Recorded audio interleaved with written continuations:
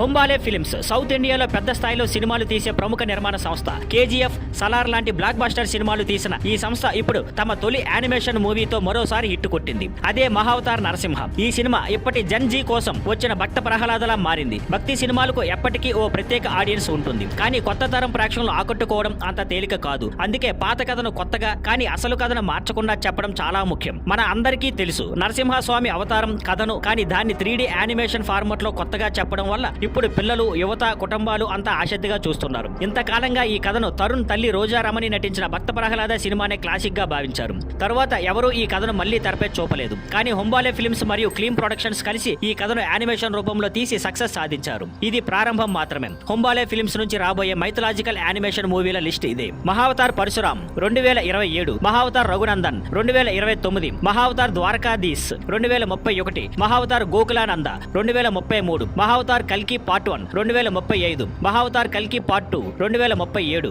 ఇంకా ఎన్నో mythological animation కథలు రాబోతున్నాయి. Thank you for watching. Please like, share and subscribe.